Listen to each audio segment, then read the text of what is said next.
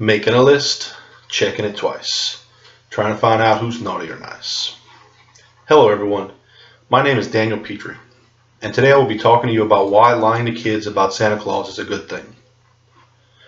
Everyone knows about Santa Claus, and you were either told that he is real or made up.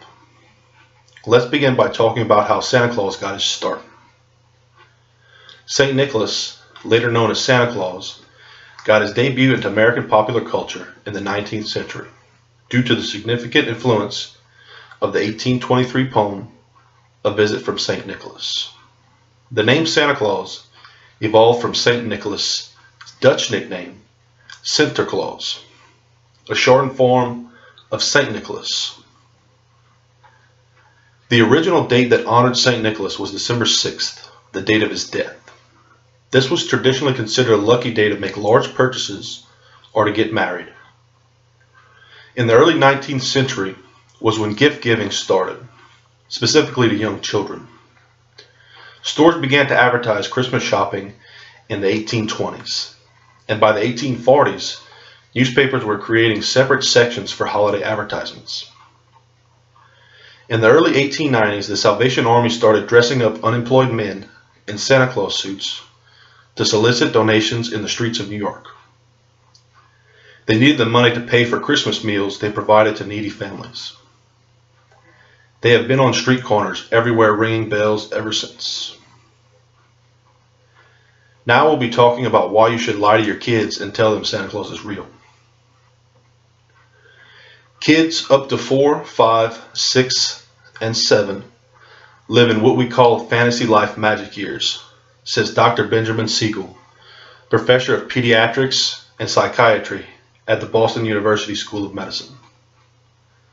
If nothing else, lying to kids about Santa will probably make them behave, especially around Christmas time. No child wants to get coal in their stocking. I know I didn't.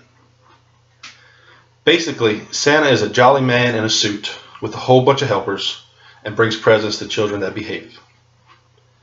Santa is also a family tradition. The family gets together, bakes cookies for Santa, then before they go to bed, they put the cookies out with some milk, and voila. Next morning, presents are under the tree, the cookies and milk are gone. There's no right or wrong way to tell your kids about Santa. There are many different Christmas stories out there. All you need to do is choose the one that best fits you and your children. Finally, let's talk about the cons of lying to your kids about Santa. Some people think that if they lie to their kids about Santa, that they will grow up not believing anything that you say is the truth. While that may be true, not believing their parents, do you know of many teenagers that agree with everything their parents say? I can't say I do. So if you tell your kids that Santa is real and they grow up resenting you, it's probably not because of Santa Claus.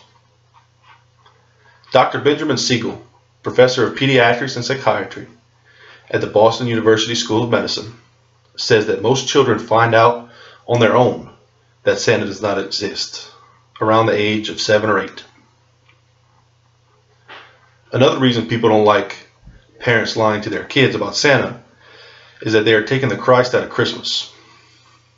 Growing up, I thought Santa was real, and he just decided to bring everyone presents on Jesus' birthday.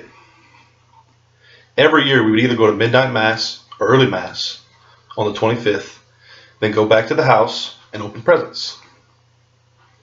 Others say that in children's mind, Jesus can't compete with Santa Claus because they don't understand about sin and how they need Jesus in their life. They just see two people. One brings you gifts and the other is in front of church when you go to mass. Let's review. Okay, so Santa started getting popular in the 19th century.